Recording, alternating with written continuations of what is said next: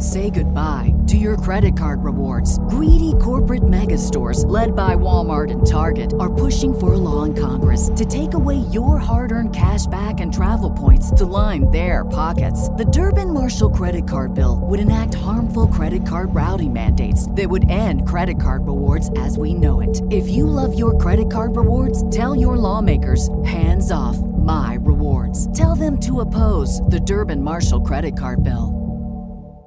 You love podcasts, the stories, the laughs, the unexpected turns. But when this episode ends, the silence starts. Not anymore. Audiobooks.com turns that silence into your next great adventure. With over 450,000 titles, from bestsellers to hidden gems, your love for listening just found its new best friend. And because you already know the joy of audio, we're giving you 3 free audiobooks to start your journey. Imagine your favorite podcast, now with unlimited episodes. That's audiobooks.com. Keep the story going. Sign up for your free trial at audiobooks.com/podcastfree today. Because for podcast lovers like you, the end of an episode is just the beginning. That's audiobooks.com/podcastfree.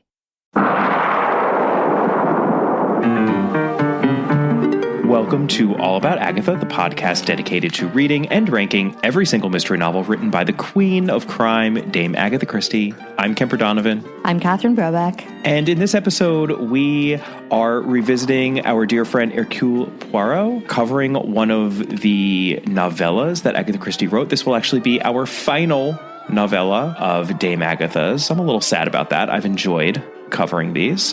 But while we're on the topic of things that are making us sad, we feel that we have to acknowledge the, viral pandemic that I'm sure is currently affecting pretty much everyone listening to this podcast, which is really saying something since our podcast has a global reach, but then so does coronavirus, unfortunately. Yeah, a lot of you are scared, and we would be lying if we said that we weren't. I mean, I have had severe asthma since I've been a small child, and my mother, who is going to listen to this, has lupus. She's been very open about that. And, we still want to be here and providing some degree of entertainment. And, there was a meme a few years ago. I think that was the twist on the keep calm and carry on. That was keep calm and read Christie. And we believe that. We use that little meme when we skip episodes for personal life reasons getting in the way of Christie, which we try to have happen as little as possible since our lives are pretty much Christie. This is a community globally of Christie lovers. And, we will be here for you so much as we can. I'm tempted to say we're as committed as ever to sharing our endless joy and all things Agatha Christie related, except I think I would say that we're more committed than before, which is absolutely. And that's what happens in times like these, because I think that when things get really bad, as they are right now, it just sort of shows how important these sources of joy are in our lives. And I think it's pretty clear that Agatha Christie is a source of joy for us, and it has been made very clear to us that it is a source of joy for all of you. So we are going to get through all this together with an extra helping of Dame Agatha. That is our plan. It absolutely is. And if you guys have thoughts, ideas, want to reach out to us, we are as available as we could be. We just also want to remind everyone to stay safe, whatever that means exactly in your community, because people are listening from communities all over the globe. And we are now going to return to our previously scheduled podcast, Kemper. Our previously scheduled podcast. What is the title of the novella we are discussing today, Catherine? It is called The Incredible Theft. It was first published as a short story, The Submarine Plans, in the sketch, of course, in November of 1923. And then she expanded it quite some time later to The Impossible Theft in 1937. It was serialized in Daily Express and published in book form in Murder in the Muse by Collins Crime in the UK. Interestingly, Kemper, it was not published in the U.S. edition of that same book, which we've noted before is called Dead Man's Mirror. It was left out. Huh. So Yeah. Dead Man's Mirror only had 3 novellas in it? It did.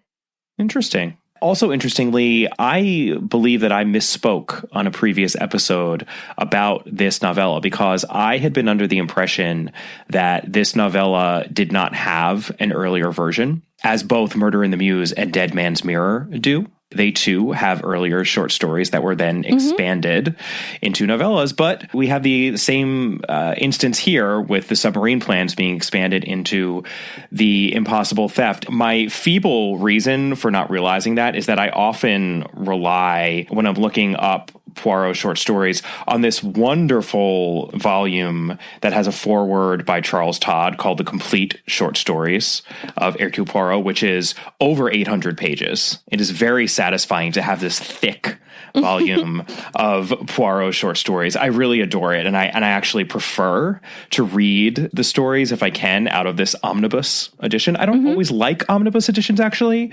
I have, for example, an omnibus edition of all of Jane Austen's novels, and I've never read out of it because it really bothers me to read a novel in an omnibus edition, but short stories in an omnibus edition is totally fine by me. I don't know if that distinction makes sense, but... No, it sort of does. I obviously have like 2 versions of collected Shakespeare, and I don't even particularly like reading plays out of omnibus editions. Exactly. Something, substantial like a play or a novel, you kind of want it to just exist in and of itself. But short stories, I'm fine with that. And I just love how much Poirot there is as I'm holding it. I'm just like, oh, I'm drowning in Poirot.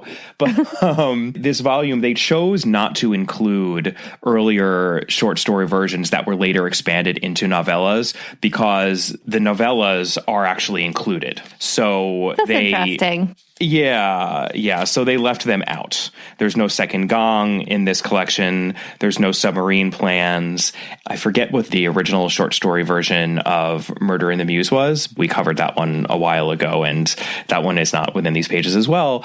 And then, as we also mentioned when we covered Triangle at Rhodes, that, of course, was then itself expanded and sort of transformed into Evil Under the Sun. So all of these novellas, it really is a kind of transitory form for her. The metamorphoses of the various stories. Yeah, I really like that. We should know that the Submarine Plans was not published in book form until that Poirot's early cases in 1974. I have to imagine once the novella was published via Murder in the Muse, there wasn't as much of a demand for it, right? I suppose, although I will just tell you up front, Kemper, that I preferred the Submarine Plans.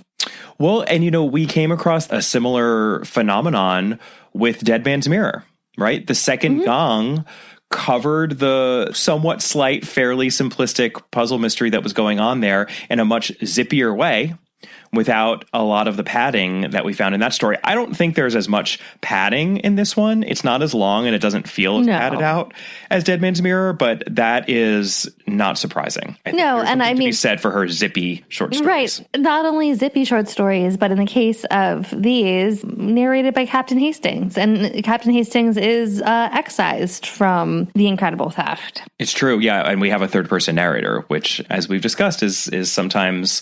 a little flatter than those. Well, especially because the Submarine Plans has a particularly catty Captain Hastings in it. So, catty Captain Hastings. So does the Suchet adaptation, by the way. Which yes, it does. Absolutely. But for the most part, as usual, we will be covering, in our summary and most of our commentary, the novella version, perhaps with occasional allusions to the shorter original short story. So Kemper. Who is our victim, Catherine Brobeck? Oh, hey, beat me to it. Our victim, I suppose, is the British government, because what we have here seems to be a case of espionage. Although it's not yet World War II, we're, getting to the brink of it in 1937. And in the Submarine Plans, it also actually is not set during the war, but it's set in 1923. We have a lot of machinations about how to sort of secretly improve the capabilities of the British military. And here it seems that plans for a top secret plane have gone missing. That's right. We are in one of our super rare non-murder mystery Poirots. Right. We have lots of Christie that are jewel heists and missing persons and espionage thrillers of this sort. Not many of them are Poirot's, though. And most of them seem to involve jewel theft. Yeah, and most of them involve jewel theft. All right, well, let's talk about our suspects. As it so often is, it's everyone in the house. We've got a closed circle mystery here, even though it's not a murder mystery. First up, the man of the house, Lord Mayfield, also known as Sir Charles Maclachlan, who has made his career in engineering and is now Minister of Armaments, which is a newly created position. He is also the owner of the country home where our story takes place, and he is hosting everyone else. With him at his country house is the Air Marshal Sir George Carrington, who's the head of the Air Force, a colleague of Lord Mayfield, and his wife, Lady Julia Carrington, and their son, Reggie. Yeah, and Lady Julia might have a gambling problem, and Reggie's kind of a jerk. Right. Yeah, so, and he really likes the ladies. They're not the most prepossessing family. Let's just put it that way. Not so much, although Sir George appears to have a good head on his shoulders. No, Sir George is the best of the lot. His wife and his son are horror shows. Yeah, not great. All right, next up we have Mrs. Vanderlyn, who was, quote, an extremely good-looking blonde. Her voice held a soupçon of American accent. Here's the reason why I'm quoting from the text. Just enough to be pleasant without undue exaggeration. She's American light. Yes, it's why she gets a sort of vaguely European / New York, mid-Atlantic sort of name. Yeah, Vanderlyn, all one word. If Christie were going harder core on her Americanness, she would make the Van separate. Right. Ruth Van Rydock, for example, who we just covered, and they do it with mirrors. In any case, Mrs. Vanderlyn is also believed to be a spy. And then we have Mrs. Makata, who's an MP. Apparently she does some stuff with, children's charities. She is not a very defined character. No, she's really not. And she was excised from the Suchet adaptation. I was interested to see. She also reminded me of, this is going to be a shout out somewhat far in the past, Lady Westholm in Appointment with Death. Sure, yeah. Remember, she was that very, very forthright kind of MP. Mm-hmm. She's not quite as important to the story as Lady Westholm was to Appointment with Death. Next up, we have Mr. Carlyle, who is Lord Mayfield's private secretary. And then we have Leonie, who's Mrs. Vanderlyn's young maid. Who Poirot thinks is quite fetching. Because you know what? I mean, perhaps it's because this story is originally from 1923, but Poirot is quite spry in this story. He is very active. He's jumping around. He's running up and down grass, even though he's still old. And when he's talking with Leonie, there's a little bit of flirtation, but this is what Christie writes. We're just not used to this with Poirot. That's why I wanted to highlight it. His eyes roamed over her appreciatively as she stood hesitating in the doorway, demure in her black dress with her neatly parted black waves of hair and her modestly dropped eyelids. He nodded slow approval. a little bit lecherous. A little uncomfortable, perhaps, for a 21st century reader. In any case, let's talk about the world as it appears to be. Lord Mayfield has invited all the above-referenced people down to his country house for a weekend, and the events of this story, spoiler alert, take place over the course of an evening and a night, so it's really more of a dinner that we're privy to here at the estate. And after eating, all of the guests head to the other room, except for Lord Mayfield and Sir George. They sit at the table discussing their guests, but namely, they discuss who, Catherine? Mrs. Vanderlyn, who we find out has been married thrice. Once to an Italian, once to a German, and once to a Russian. Oh, boy. I know. Quite the trifecta. So as a result, it's widely assumed that she has quite the number of quote-unquote contacts in those three countries, and that she has a little bit of a sort of, Mata Hari element to her, to the extent that she uses her, incredible beauty and charming conversation to get in close with high-powered men.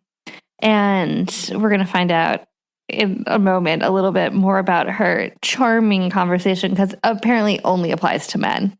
Lord Mayfield and Sir George are discussing this, and Sir George is like a little bit wary that she's been invited there, and he wants to make sure that Lord Mayfield hasn't fallen for her. And Lord Mayfield essentially is like, no, I understand her reputation. We're keeping an eye on her. In the drawing room, the women are all sort of shooting daggers at one another. It's all a bit Clue, Right. honestly. Very much so, actually. Right. Yeah. But mostly they're shooting daggers at Mrs. Vanderlyn, the beautiful blonde maybe spy. Young Reggie, however, is just quite smitten with her because he's an idiot. And Right. Sir Charles and Sir George join the women, who head off to bed one by one. Charles and George then decide to go for a walk, since these two just can't stop knocking their heads together, can they? I mean, they prefer each other's company. They really do. The rain has stopped, so they figure it's a great time to take a little constitutional. And Sir Charles asks his secretary, Mr. Carlyle, to bring out the papers that are currently locked in a safe for the two men to look over once they return from their walk. As they turn to head back towards the study, Lord Mayfield immediately swears that he saw someone slip out of the study, and he grabs Sir George and asks if he noticed him, and Sir George is like, I literally saw nothing, not even a shadow, are you sure? And Lord Mayfield insists that he saw something, a shadow or a person, possibly a man. So they hightail it to the study where there is laid out this highly sensitive information. And this is what's been locked in a safe, which only Carlyle has the keys to other than Lord Mayfield. And he's put it all in a table for Lord Mayfield to sort of sort. After looking at these papers, Lord Mayfield chastises Carlyle for leaving out the most important bit. That would be the plans for a brand new top secret bomber. Carlyle insists that he did include that paper, and it is in fact right on top. That's where he put it. But alas, we know where this is going. The paper is missing. And that means that someone must have stolen them. Yet, Carlyle insists no one came in or out of the room, except maybe he did. Yeah.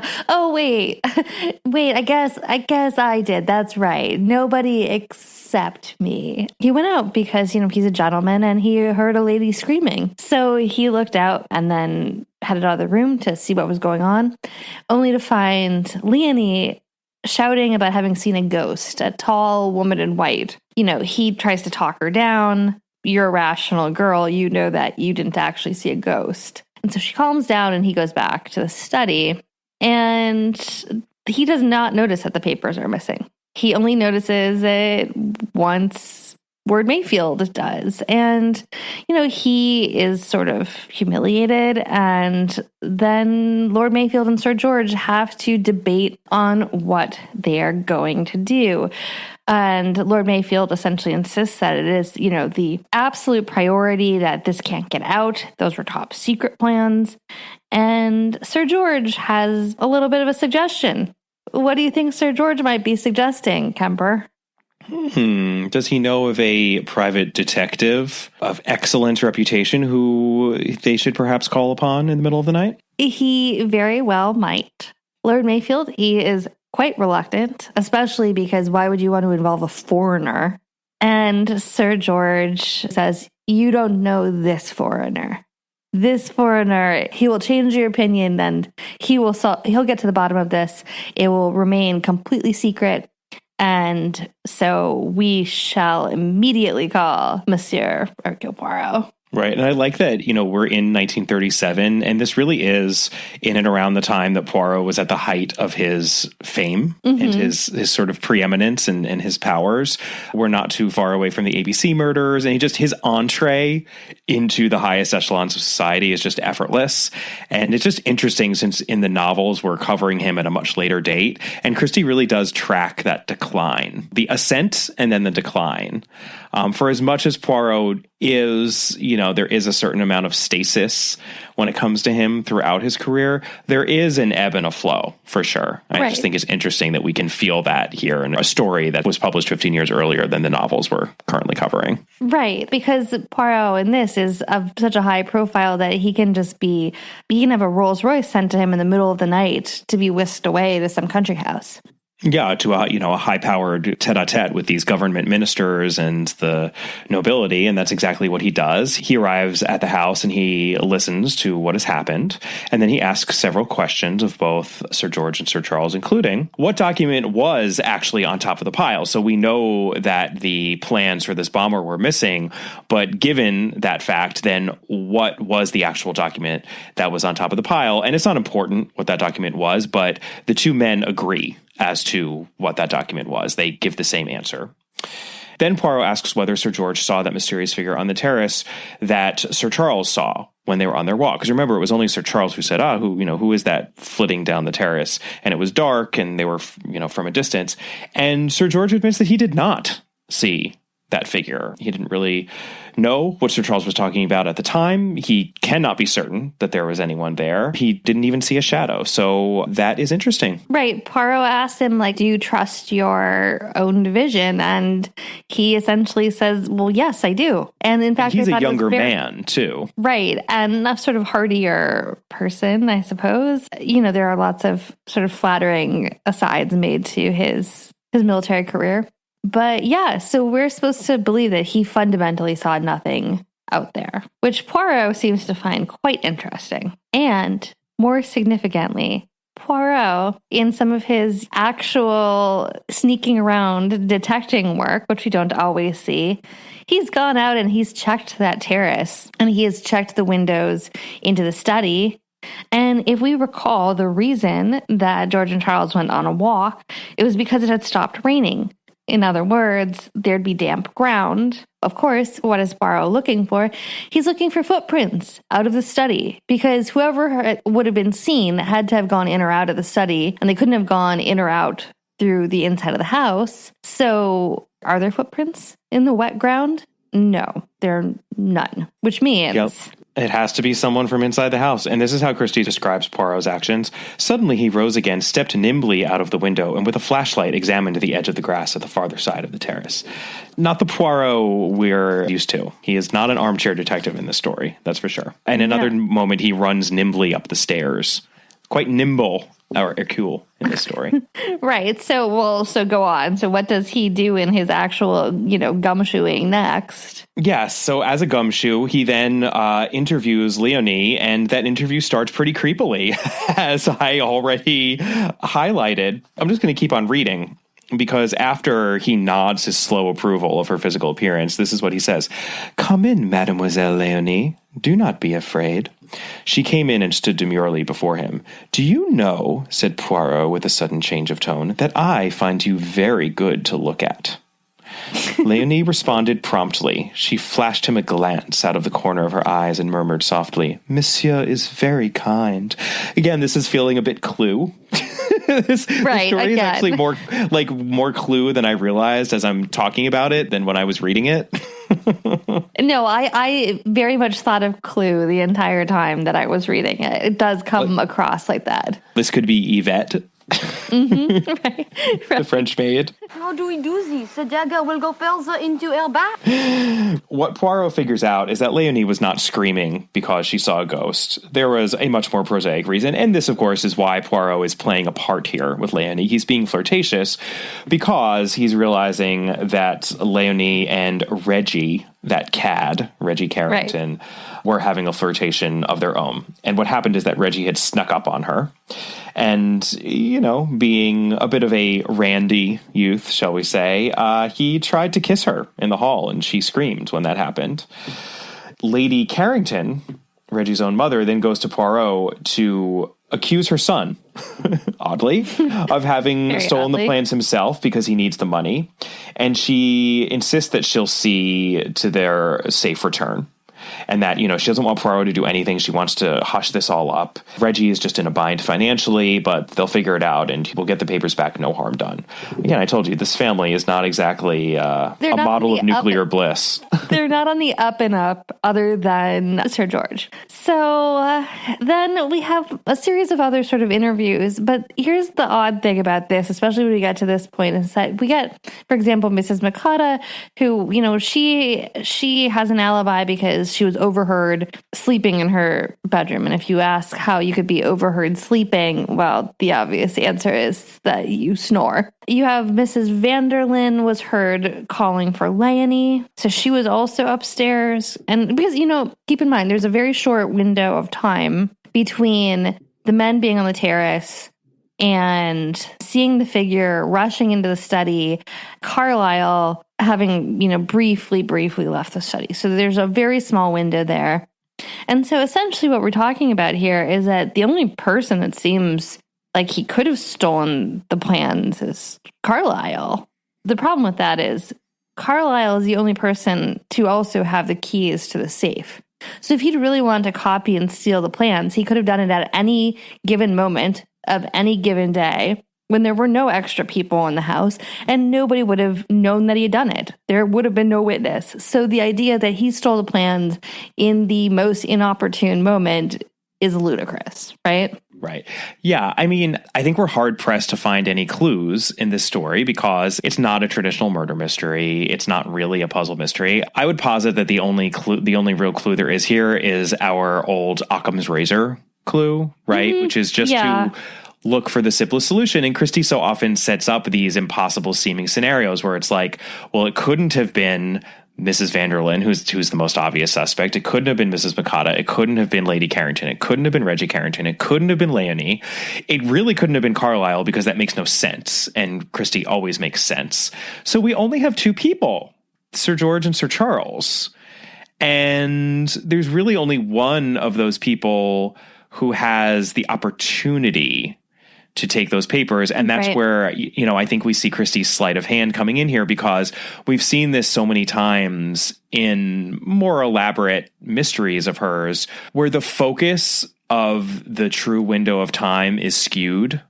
So because of that figure running on the terrace and the fact that Mr. Carlisle left the room, we're focused on that space of time. But of course, the papers could have been stolen any time between when Carlisle put them on the desk and when Sir George said, hey, wait a second, this paper isn't here.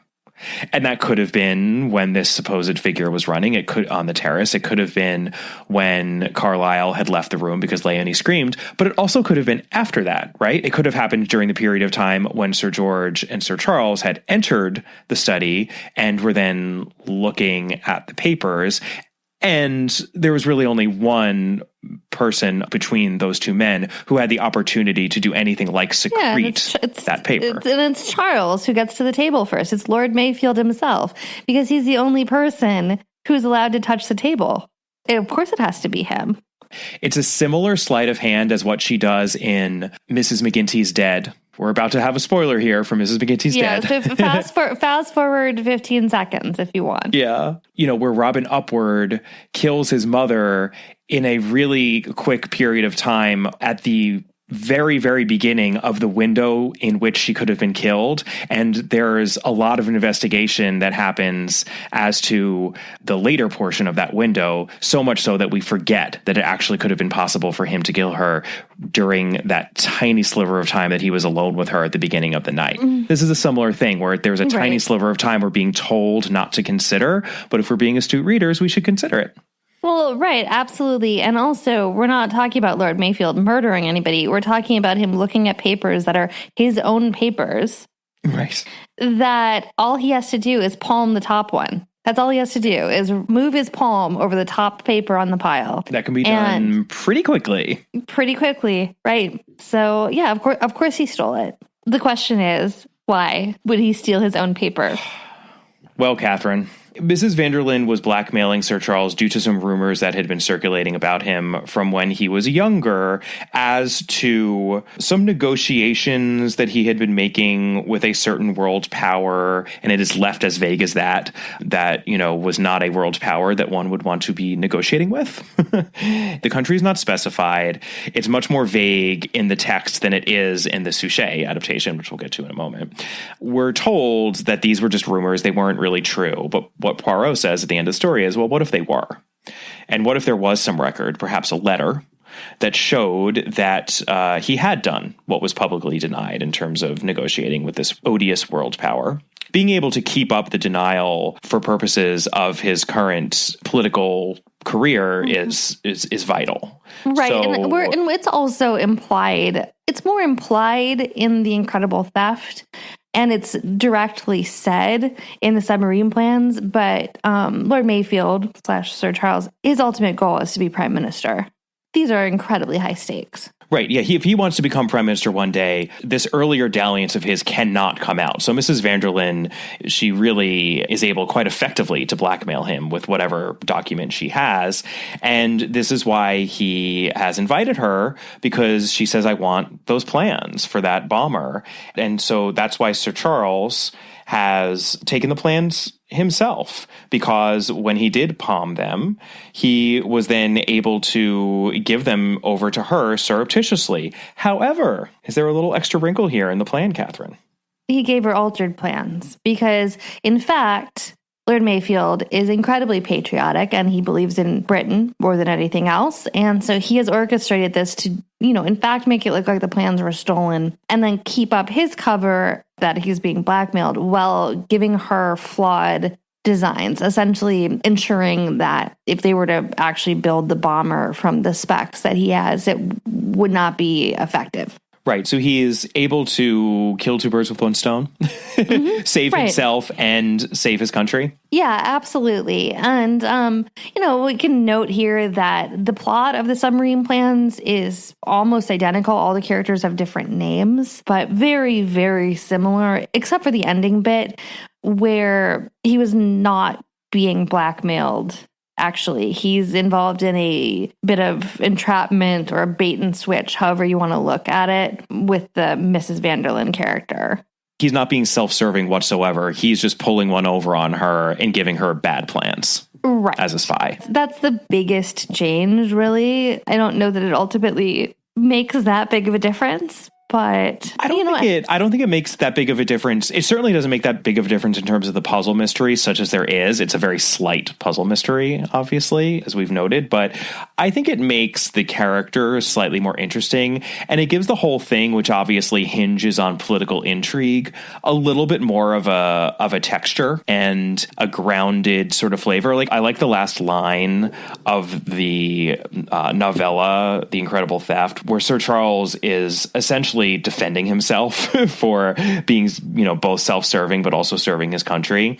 Well, he gives essentially a stump speech. He gives a political speech. Yeah, no, he does. And he says that he made the best of both worlds. That's what it comes down to. He made the best of both worlds. Quote, saved myself from disaster by a clever trick. And Poirot closes out the story. My lord, said Poirot, if you could not make the best of both worlds, you could not be a politician. That slight cynicism there, that slight inflection of cynicism, which we don't always even get in a Poirot story. I appreciate that. Fair enough. Part of the reason I think I slightly prefer the submarine plans is, again, we already mentioned that it's narrated by Captain Hastings, but Captain Hastings makes the point that he's pretty sure that Poirot just guessed what had happened. That essentially Poirot didn't figure anything out via actual clues. He just made a guess that happened to be right. And he sort of has this sort of relationship with the Lord Mayfield character that, Poirot almost seems to think they're peers, even though we know that character will go on to become prime minister. And Hastings is irked by it. Hastings is essentially like, wow, you are like a little too big for your britches here. And also, again, I seriously think you just guessed at the solution. I like having very snarky Hastings sometimes. Yeah, well, and I mean, even in The Incredible Theft, which doesn't have Hastings in it, there is a lot made of the notion that this is helping out the British government within its innermost circle and ultimately understands everything that's going on and isn't fooled for a second. And I think the notion that he can even do that and that that's the case is perhaps a little hard for Hastings to swallow, who is a lovely man, but a bit of a snob when it comes to his country. Yeah. And it is possible, though, even in this story, that Poirot did just guess what had happened. Well, and he always kind of guesses. I mean, I would argue that he makes an educated guess based on reasonable assumptions due to the Occam's razor principle, just like we were saying. I mean, that's absolutely. What he does. Yeah. But it's not like he has proof. He doesn't have the smoking gun by any means. There's nothing. No, little gray cells. The little gray cells. They never err. Well, let's talk about the David Suchet adaptation, which was delightful because it is from season/series 1. We are in episode 8, so of course they are super young. There are all sorts of comedic hijinks going on. I love these early episodes. David Suchet did mention this one briefly in his book Poirot and Me. I think it's worth reading out what he said. The Incredible Theft, which was the 8th film, demonstrated yet again the extraordinary lengths that Brian Eastman and London Weekend went to in order to find the right backgrounds and props. The story revolves around a maverick aircraft manufacturer and his designs for a new fighter in 1936 because there is, quote, so much at stake for England, end quote, as the possibility of a second European war looms. The fact that the producers found so many vintage planes to illustrate the story was extraordinary enough, but the cast was every bit as special, with John Stride as the maverick millionaire and John Carson as the politician Sir George Carrington. It's quite good. Yeah, it always helps to have our friendly crew of Miss Lemon and Hastings and Inspector Japp together. Petroleum jelly, Hastings. That is the secret. You rub it well in, and it will prevent the cracking, yes? How do you work out cubic what-you-call-ems? Comment? Cubic thingamies. How do you work them out? I mean, this ceiling's, 10 feet up, yes? So do you multiply 10... Hastings, I am trying to instruct you in the care of patent leather. Something that will be of use to you in later life. Well, so will cubic what's-it. Suppose I had to survey something or something. You do not deceive me, Hastings. You are having these eccentric thoughts because of this girl of yours, huh? The student of architecture. Well, we never seem to have anything to talk about. I tried reading a book about Bernini. She's very keen on Bernini. I couldn't make head or tail of it. No, Hastings. Women do not wish to talk about Bernini and cubic thingamies. I don't know that she wants to talk about anything. She's never in when I call round to see her. I end up having tea with her mother every day. I, of course, cannot talk about any adaptation without quoting something from our good friend Mark Aldridge in his book, Agatha Christie on Screen. Here's what he said. The series' ongoing attempts to broaden out the action and avoid the repetition of characters meeting in nondescript rooms is tackled here by Poirot meeting his anonymous client at the penguin enclosure at the zoo, which is very amusing because it's Sir Charles's wife who actually brings Poirot into the case. And they do what they usually do in these adaptations, which is instead of Poirot coming into the story at the halfway mark, once the problem has already arisen and being brought in to consult, he is brought in at the beginning of the story, and we see matters unfold at the estate where he is a guest. And while there's a little bit of suspension of disbelief that has to happen when we observe Poirot getting into the thick of things time and time again, we of course want it to happen that way, and we don't want to be told about it after the fact, as we are in these stories. Right. It was also co-written by Clive Exton, so when I saw that, I was like, oh, it's going to be a car chase. Yeah. Hastings! Hastings, no more of the tinkering. We have to follow Mrs. Vanderlyn. But I've got the plugs out. It'll take me an hour to get them back. Oh, no, mon Dieu! Viens, Hastings, allons-y!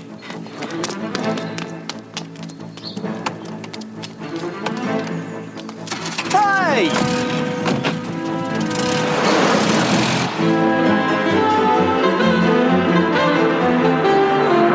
I'm assuming they're heading for the London road.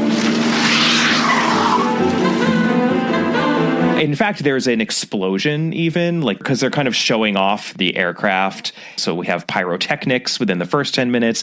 And then the last 10 minutes, Mrs. Vanderlyn is trying to get to the German embassy nearby. And Hastings is actually quite capable as the driver of the car that's following in hot pursuit. And that's, I think, where we also get to see Hastings as less of a buffoon than he is in the text. In the text, Hastings is such a buffoon that I don't even know if he would be able to drive a car properly at high speeds. And we know in the series that he's a very competent car driver for the most part. Is he? Well, he can drive a car. We know he can literally drive a car. I think that's it. It's the Suchet series that has his predilection for sports and all sorts of physical pursuits, which he's usually quite good at, even though his predilection for them may be a little over the top and comedic. But I just think there's a lot more of that in the series than there is in the original. We do get some interesting Hastings Jap interactions, which we don't always see them as a pairing in the series. Oh, yes, we do, because this is also funny. Normally, Hastings gets an invite, like a +1, when Poirot gets invited to a country estate, but poor Hastings does not get invited to this little weekend gathering. No, he does not. There you are, my friend. Why can't I stay at the house? That's what I want to know. Number 1, Hastings, you are not invited. A pure oversight. Number 2, I need you at this stage incognito and very nearby. Well, my incognito's gone for a start. Why? Why is this? Well, the pub's so crowded, I'm having to share a room, and you'll never guess who with. No, Hastings, I will not. Jap. With the Chief Inspector Jap? And the room has only got one bed. I mean, this is definitely the premise to some sort of fan fiction that must exist somewhere. Poirot, my dear fellow, I promise you've never had anything like it. You know those boots he wears? Bang. The other one, crash. When he finally gets into bed, it's worse. Worse? He talks in his sleep. Now I've got you, young fella, my lad. Jab of the yard, strikes again. I thought I'd go mad. Every time I manage to drop off, he starts shouting, "Stand back, lads, he's got a blancmange." Some of the things he was saying were enough to make a cat laugh. I can't take much more of it, Poirot. I've been through 3 days of a Jerry barrage. I've said this in our previous novella episodes, but it's not surprising to me that they chose Christie's novellas to do so early for the most part. And this is one where they really just adapted it. I guess they threw in a car chase and some other more physical scenes and settings, but they didn't have to do much invention when it came to the story, which filled out 50 minutes quite comfortably. So the novella length really did work for this early format. So I see why it was done in the first season. Yeah, and I mean, it's not a great episode, but it's certainly enjoyable. Yeah, it's not like one of the classics or anything, but I'd be hard-pressed to find an episode from that first season that I don't love, just because there's such an energy and there's just a joie de vivre, not only in the acting performances, but obviously the chemistry among those 4 actors and just the production itself. It feels so fresh and it's just a delight. It's spry in a way that later episodes are not. Right. All the way to Poirot's mustache. That spry little curled springy mustache of his, which is really just so bad in those early seasons, but that's okay. You take that back, Kemper. Oh my God, it's terrible. I also did appreciate Poirot ribbing Miss Lemon for valuing her filing system over life. There's a lady keeps telephoning Mr. Poirot. Sacré! What a terrible circumstance. There's no need to be sarcastic, Mr. Poirot. I was going on to say that I didn't put her through to you because she wouldn't give her name. Huh. I told you don't take anonymous phone calls. But I do, Miss Lemon. Sometimes I think anonymous telephone calls are the only ones worth taking. But how will I know where to file her if I haven't got a name? Life first, Miss Lemon. Filing second. Very well, then. Next time she calls, I'll let her talk to you. And on your own head be it. You shouldn't tease her, Poirot. She makes it irresistible. You should be more grateful to Miss Lemon. Yeah. I don't even really mean this as a criticism, but both the source material and the Suchet adaptation are, I think, what we would term lightweight when it comes to Christie. She certainly has much heavier material, but there is a lightness to this that works on the page and then also works very naturally for what that series was doing in the Do you know what it slightly is in this that's odd? Is that it really doesn't matter if Poirot solves the mystery. I mean, I don't know that it really occurred to me until we were just talking about this, but it really doesn't matter if he's there or if he solves it. You're totally right. And you know what? I think that probably is why it might feel a little lacking, because it's very rare for Poirot not to make a difference. Right. But all that he does at the end is say to Sir Charles, hey, I know what you did there. And Sir Charles is like, okay, you're right. I did do that. And Poirot's like, cool. And Sir Charles is like, cool. Right. Because, as we know in the story, also Charles is not the one who calls in Poirot. It's Sir George. Right. It's Sir George in the text, and it's his wife in the Suchet adaptation. No, it's because it can't be him, obviously. Because why would he need or want Poirot there? Right. No, you're absolutely right. It is rare, I think, for Poirot to not alter the course of the story in any way, even if he's doing so in a way that we might find suspect in an extrajudicial sort of a way. He's still making a difference, usually hugely so, right? And it almost in a way violates the rules of the genre. Yeah, I mean, you don't necessarily notice it when you're reading it. It's just upon reflection that it seems slightly odd that he didn't have to be there at all. Yeah, no, it makes a little beside the point. And it's not even that there's no murder. I mean, there are plenty of even jewel heist stories and other kind of thrillery hijinks stories with Poirot and other characters Christie's created, but usually they alter the course of the narrative somehow, and their presence is important to the story as the detective or the investigator. Right. And here, it's not. Yeah.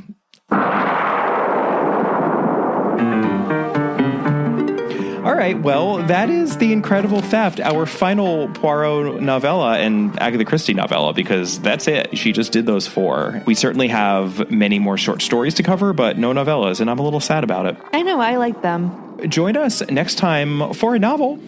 Catherine, what novel are we covering? We are covering next time After the Funeral, which we know many of our listeners very much like.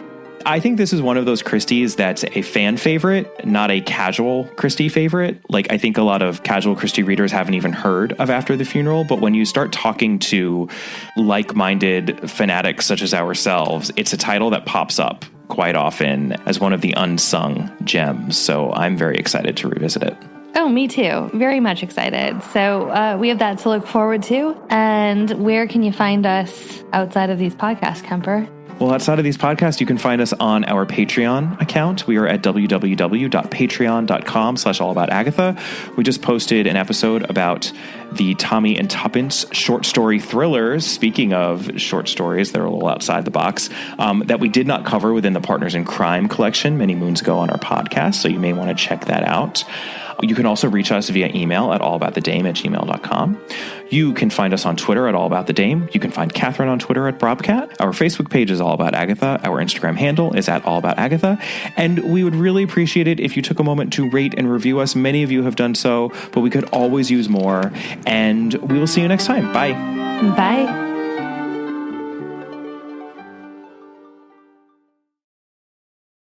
Have you made the switch to NYX?